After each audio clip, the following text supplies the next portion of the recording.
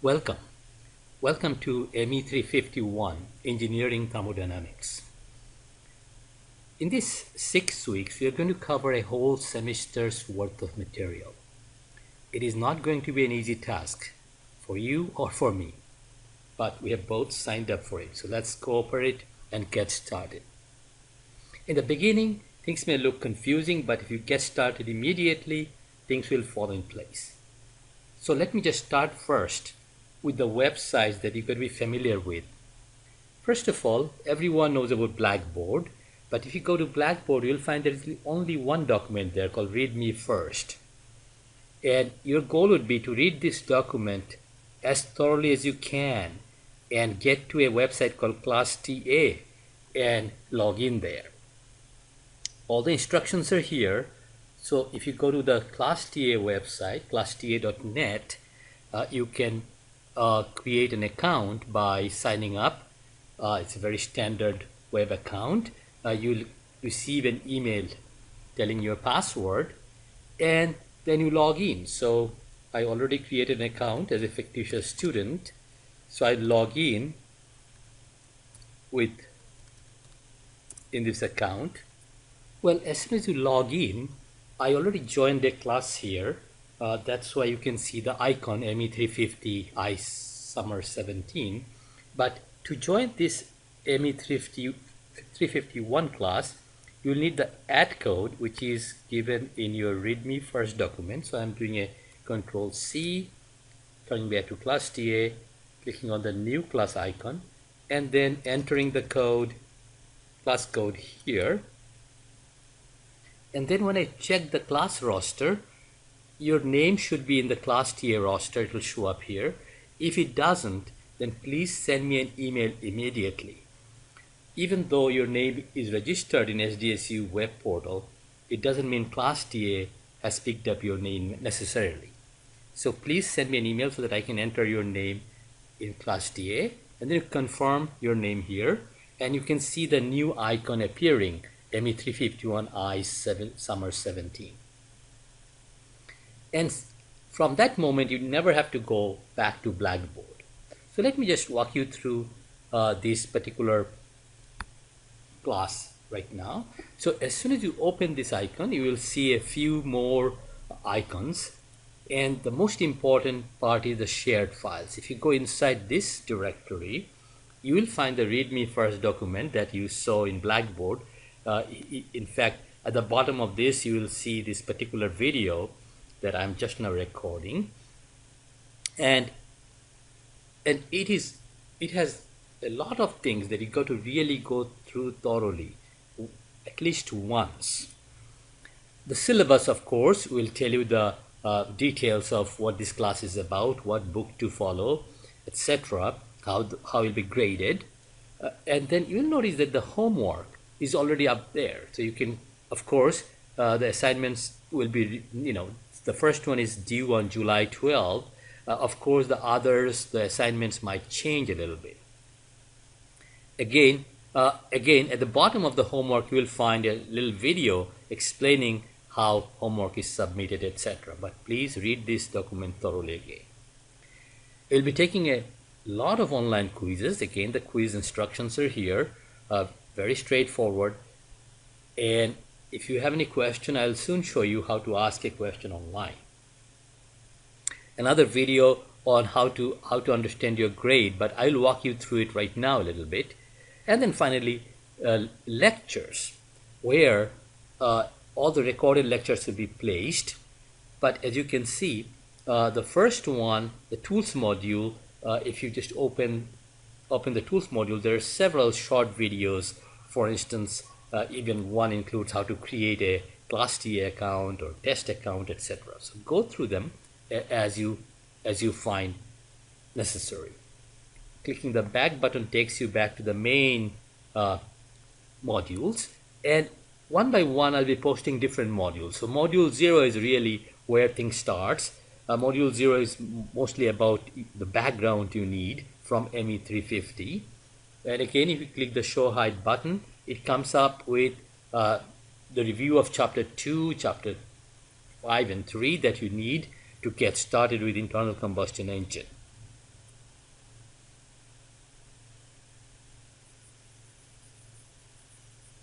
Okay, and finally, the office hour, as you can see, you can contact me at a certain time. I'll be in my computer waiting for a call from you. You can just, all you have to do is to click this link, and then you can talk to me. You can turn the video off if you just want to just talk. And also you can even call me using your iPhone or your smartphone. Okay, so shared files are there will be no more files here. So these files of obviously the lectures are going to grow, but how do you know when you have a quiz, etc.? So for that, there's a discussion blog that you should be frequently checking. And you notice that if you click on a topic such as quiz 0 has been already posted. And again, at the bottom of it, you will always find what material it covers, and sometimes a lot of hints are posted here. If you are confused about any of this, simply hit the reply button and type any questions you have, then I can answer it online. And when you post something on the blog, it also helps other students. You will see that as I post new lectures module, I'll mention them in this particular blog, under this topic. If you have a general question regarding homework, you should post it here, etc. So the discussion blog will be the starting point for you to find out when the quiz is due, etc. And to take the quiz, you come to Gradable. See the Gradable icon, you click there, and every quiz has a code, once access code, which is posted under the quiz topic of the blog. As you type it in, and type in the code here, and you say check Gradable, confirm if there is such a quiz online, it will show up here.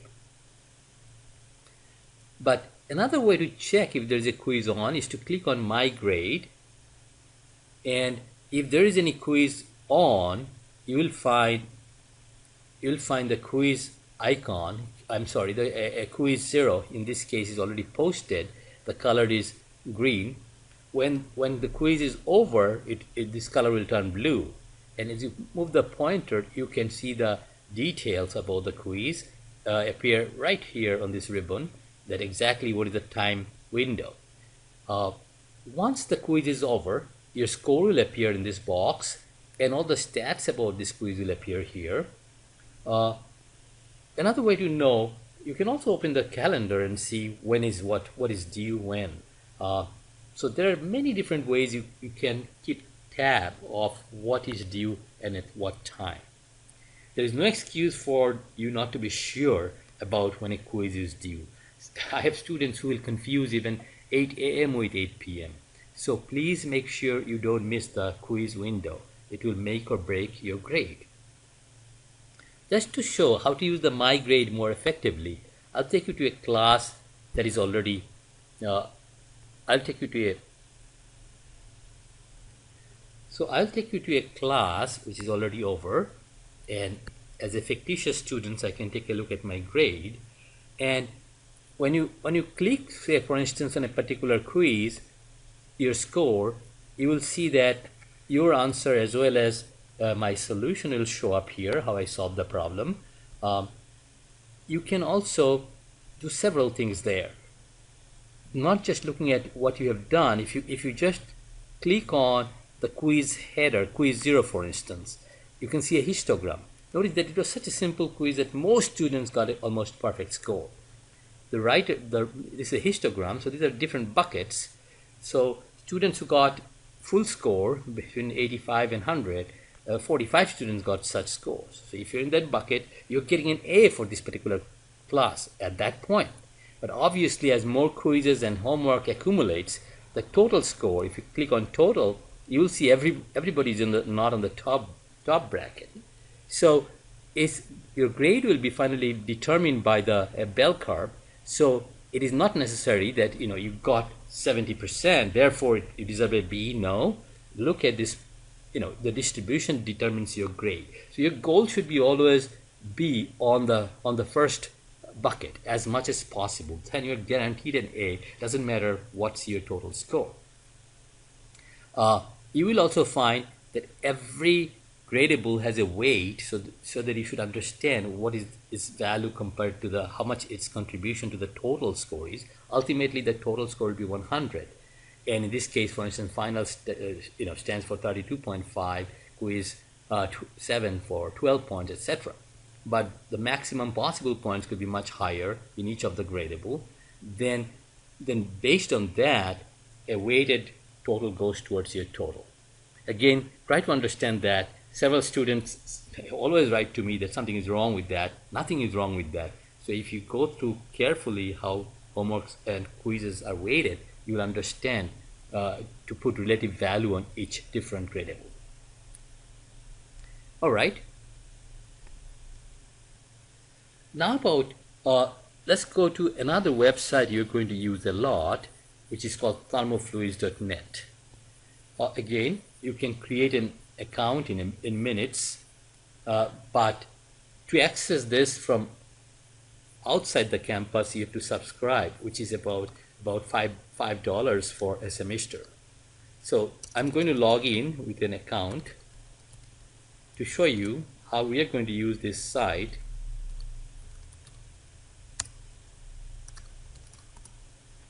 So I'm logged in. So first about homework problems. So when you go solve problems, homework assignment problems, suppose we have a problem from chapter 7. Suppose one of the assignment is 711. So you solve this problem, and as soon as you are done solving, you should click on the question number, in this case 711, and that will bring up a form. So you can enter your answer here. Suppose I just enter arbitrarily 000 and click the grade my answer button. Of course, I made mistakes. So you can try you can take as many attempts as you like. As long as you get the correct answer, you get full credit. And if you cannot solve a problem, then you should immediately click the discussion button right underneath and post a comment or question for the TA who is standing by to answer your question on this particular problem. So when you have a question about a particular problem, don't go to the discussion blog in class TA. Over there, more generic questions you should be posting, like when is the homework due would be a right question there. But here, if you have a technical question, you should be posting it right under the question, the discussion blog. Again, this is a very rich page. It's not only will give you your score, if you under every problem, it will tell you the purpose of the problem, what learning objective it fulfills, and it will even keep track of your improvement. There are problems which are called key problems. If you solve those, they will lead you to solve even more complex problem based on your standing in that particular learning objective. Again, the purpose of the homework is for you to learn how to solve problems correctly so that you do better in quizzes, and in that process learn thermodynamics well. Ultimately, an engineer has to solve problems correctly. So I would suggest the suggested homework are very minimal set. Solve as many homework as possible. Suppose a particular homework has 6 assignments, 6 problems as assigned. If you solve any 6 problems from the chapter, that will serve the purpose. If you solve more than that, you'll be rewarded because we'll capture all the problems you solve at the end of the semester, and the more problems you solve, you'll get more rewards up to a certain point. Well, it's not only homework submission that you're going to do using this. You will find that we'll be using animations all the time. The book, every chapter is linked with many different animations, and wherever you are, you should be spending time understanding. One of the things that in this course you got to understand is how, for instance, a cycle, the hardware of the cycle is connected with something called a TS diagram. It is so important in analyzing the cycle. And these animations are not just dumb animations. Suppose you pause the animation, you will see that you can move it wherever you want. you'll see when the fluid, for instance, passes through a particular um, when the fluid passes through a particular device, you can go and check out its equation. For instance, it will show up. Well, because I'm recording, the site is a little bit slow.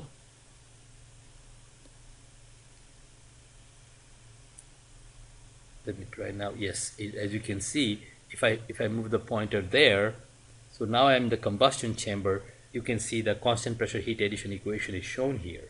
So these animations are much more than just simple, animations. It tells you exactly what goes on as the fluid passes through different devices, what happens in the TS diagram. That's how we relate hardware to an analysis. More importantly, this site will offer calculators, and every problem that we'll be solving in this class can be verified using one of those calculators. So for instance, if you have a problem using a PC model, you'll see that it'll come to a page like this, and there'll be hands-on examples where there'll be short videos telling you, for instance, this tells you about how to find properties of H2O, steam, and clicking on the HTML5 page, you can get to the calculator. Again, there's a lot of information on them on the videos, and in the lecture module, it will guide you through how we solve problems.